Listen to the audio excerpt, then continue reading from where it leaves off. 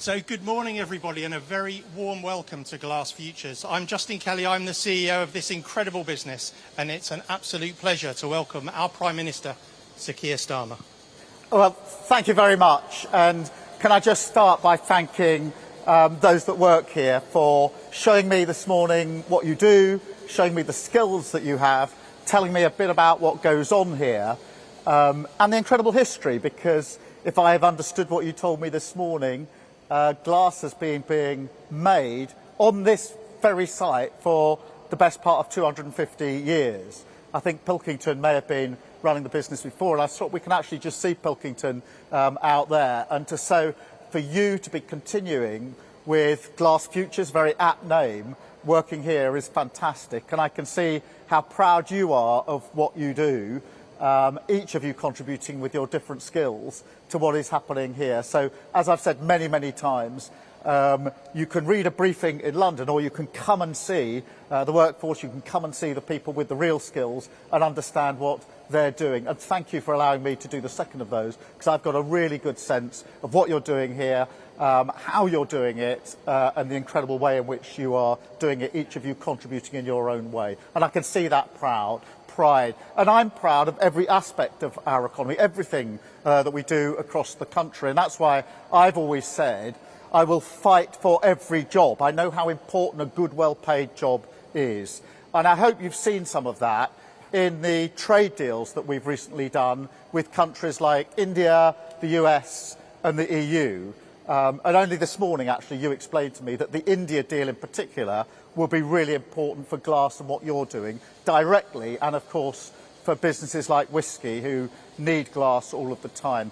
And that comes from my absolute determination to create jobs, good jobs, and to drive down the cost of living and put more money in your pocket, which is, I think, the thing that most people are most concerned about.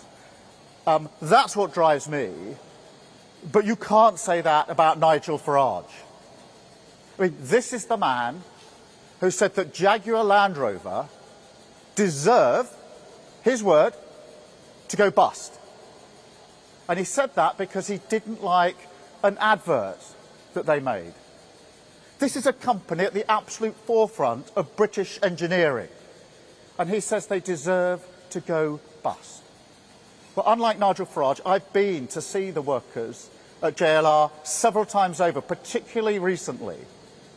And I know what those jobs mean for the workforce themselves, for their families and their communities. And I saw firsthand the anxiety on their faces. I met them just as I've met you this morning. I saw the anxieties on their faces when they thought their jobs were at risk. So when they needed support earlier this year, when we had to fight for their jobs and make a deal with the United States, I protected those jobs because I had them in my mind's eye. And politics is about who you have in your mind's eye. We protected those jobs. Would Nigel Farage have done the same?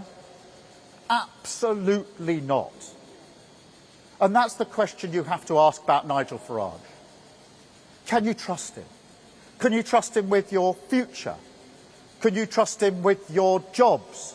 Can you trust him with your mortgages, your pensions, your bills? And he gave the answer on Tuesday, a resounding no. He set out economic plans that contained billions upon billions of completely unfunded spending, precisely the sort of irresponsible splurge that sent your mortgage costs, your bills and the cost of living through the roof. It's Liz Truss all over again. Now, in opposition, we said that she would crash the economy and leave you to pick up the bill. And we were right. And we were elected to fix that mess. Now, in government, we're once again fighting the same fantasy, this time from Farage. The same bet, in the same casino, that you can spend tens of billions of pounds on tax cuts without a proper way of paying for it. Using your family finances, your mortgages, your bills as the gambling chip on his mad experiment. And I can see that in keeping with my point, apparently he's in Las Vegas today at a casino. And it's not a surprise, because he said that the Liz Truss budget, in his view, was the best since 1986. That shows his judgment. It shows what he'd do. And the result would be exactly the same. Now, I'm not prepared to let that happen. Labour's plan for change has stabilised the economy. Growth in our economy is at the fastest rate in the G7 this year. 4 cuts in interest rates. That means mortgages coming down. And a pay boost for 3.5 million low-paid workers. And unlike Nigel Farage, I know what it's like growing up in a cost of living crisis. I know what it's like when your family can't pay the bills, when you fear the postman and the bills that may be brought. And I know how much work we have to do. But there is not and never will be a magic wand that can wave away the need to manage the public finances properly. That is the foundation upon which everything rests, always. Now, we were elected to change the country, but we were also elected to never put working people through a crisis like Liz Truss ever again. And so that is what we're doing. Scunthorpe Steel, that was rescued. JLR workers protected. Wages rising. Mortgages coming down. NHS waiting lists cut. 3 million extra appointments this year. The living wage raised. Water company bosses fined. You saw that earlier this week. Immigration falling. Breakfast clubs in every school. An investment in infrastructure right across the country. The biggest levelling up of workers' rights in a generation. And a massive cash injection in our public services without making working people pay. Nigel Farage stands for none of this. He literally voted against it. Against sick pay for working people. Against fire and rehire. Against cutting fuel duty. And now he wants to blow up the economy all over again. Well, we won't let him. We will deliver our plan for change, and we will do so precisely because we protect our economy. That is the path to change, and that is what Labour will deliver. Thank you all very much indeed. Thank you.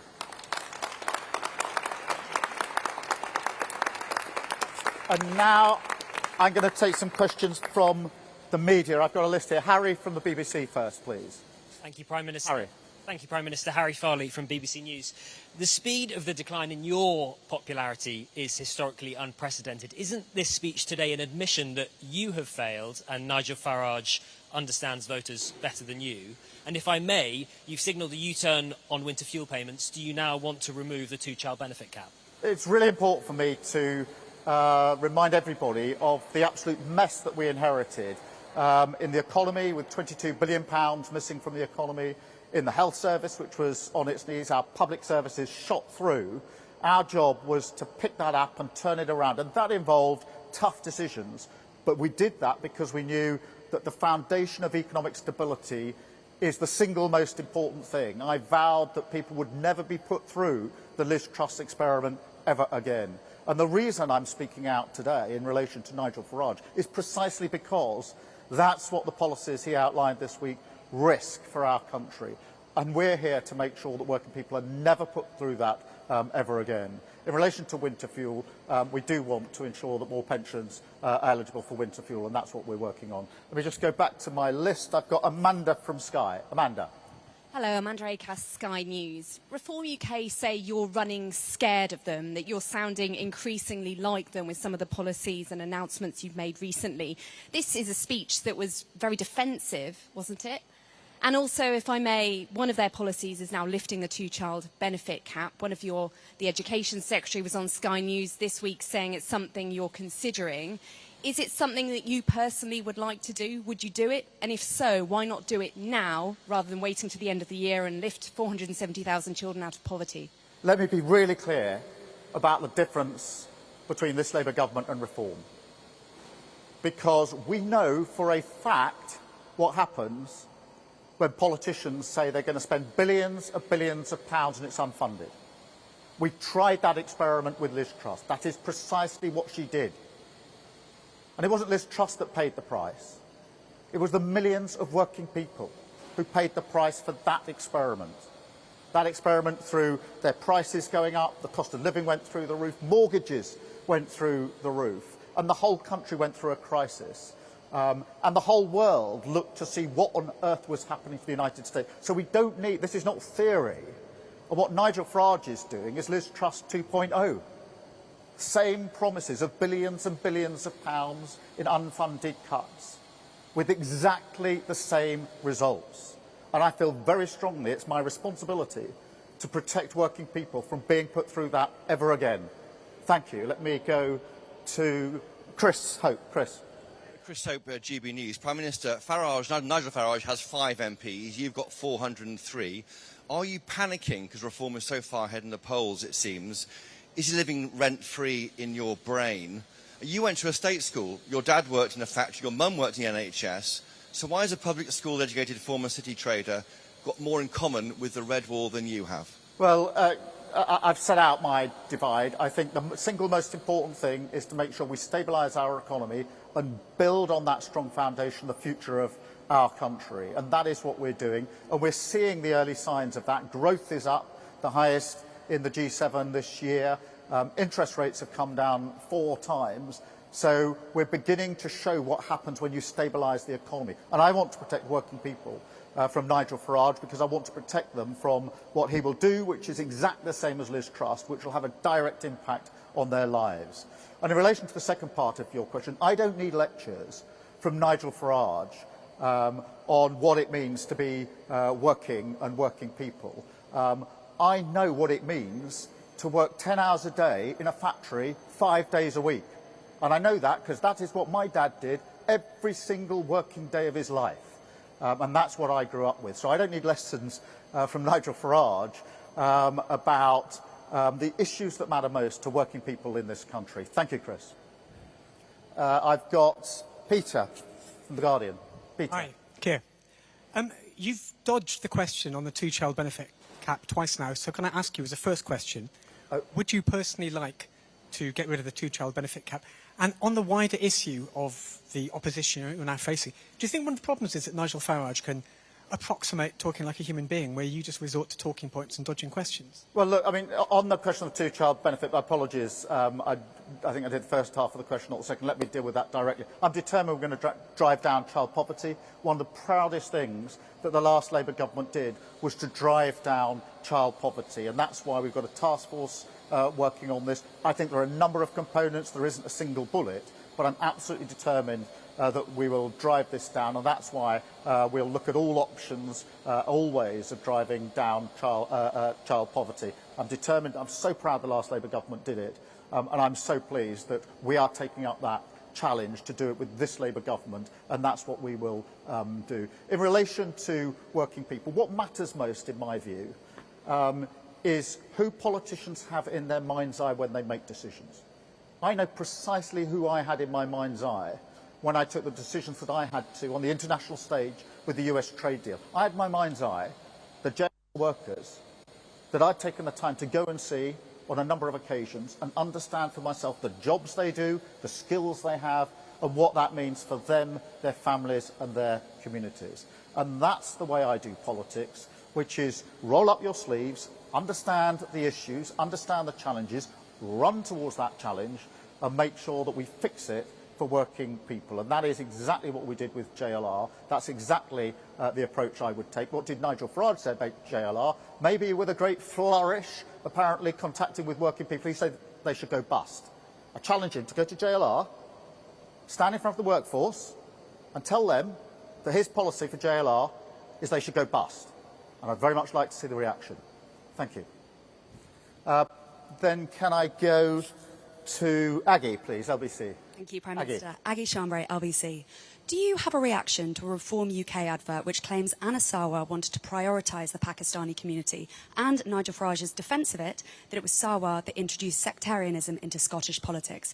Sarwar has called the comments poisonous, the SNP has called the ads racist. Do you agree with that? Are they racist? And also, if I may, are you not worried people will ask why you're holding a press conference about Nigel Farage 4 years out from a general election instead of focusing on your plans for the country? Well, there's a lot of questions bound up in that, but let me get to the central point, because what we've seen with reform in Scotland in relation to this particular video is manipulation, and it is, as ever with reform and Nigel Farage, trying to divide people with a toxic divide and to poison our politics. And I think our politics is above that, and that's why I think it's absolutely right that Anna Sarwar has called this out for what it is. It is toxic divide, it is introducing poison into our politics, and that is exactly what turns people off politics. And that is why restoring trust to politics is so important to my project and the project of Scottish Labour. Thank you. Shihab. Shihab Khan, ITV News. Prime Minister, you're attacking Reform UK and Nigel Farage directly today. Is that because you now view Nigel Farage as your biggest threat and biggest opponent? And a quick second question, if I may.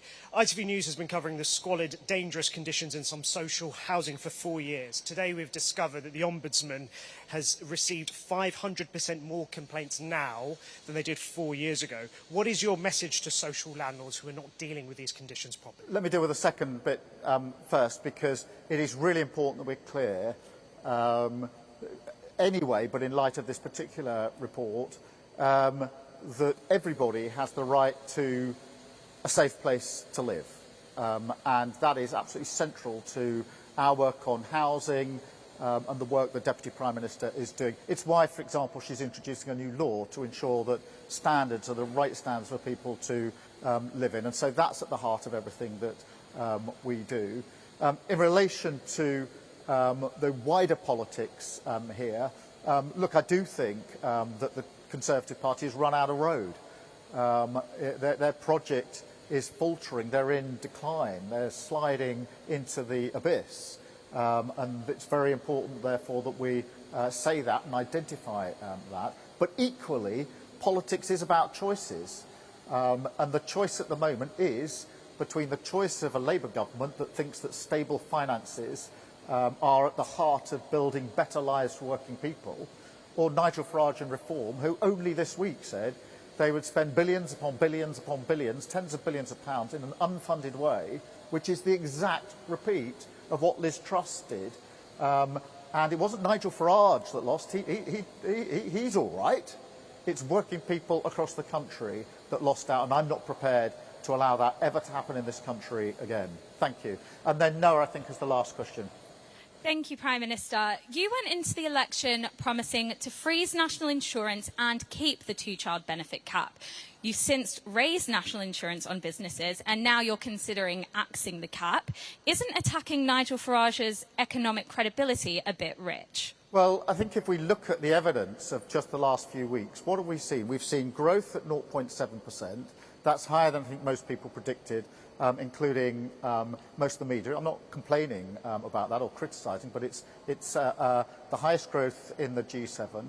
Interest rates have come down 4 times. That is a sign of confidence in the steps that we're taking. We've done 3 trade deals with countries around the world. That signals that other countries want to work with this country because they've made trade deals. That India deal, previous Prime Minister's been talking for 8 years, I think, about that trade deal. We managed to bring it in, and it's going to make a difference to people working here. The US deal as well, that was talked about for a very long time. We brought it in. And the EU deal, which is going to have a direct impact on prices in supermarkets. So all the evidence is that if you stabilise the economy, then others have confidence. We've had the record investment into this country, and the result of that is that we can deal with the cost of living crisis, and people have more money in their pockets, they feel better off. And that, for me, is at the heart of everything I stand for politically. Thank you all very much indeed. Thank you again for spending time with me this morning. I really appreciate it. Obviously, you can now get on with your jobs again. But thank you. It's been really interesting to see. Thank you. Thank you very much indeed. Thanks again for showing me around this morning. I really appreciate it. Thank you. And I think it's your story of starting here and finishing here. Did you tell you started 40 years ago? Was it 40 years ago? I left school 40 years ago. Left school 40 years ago to come into the trade. And come back here.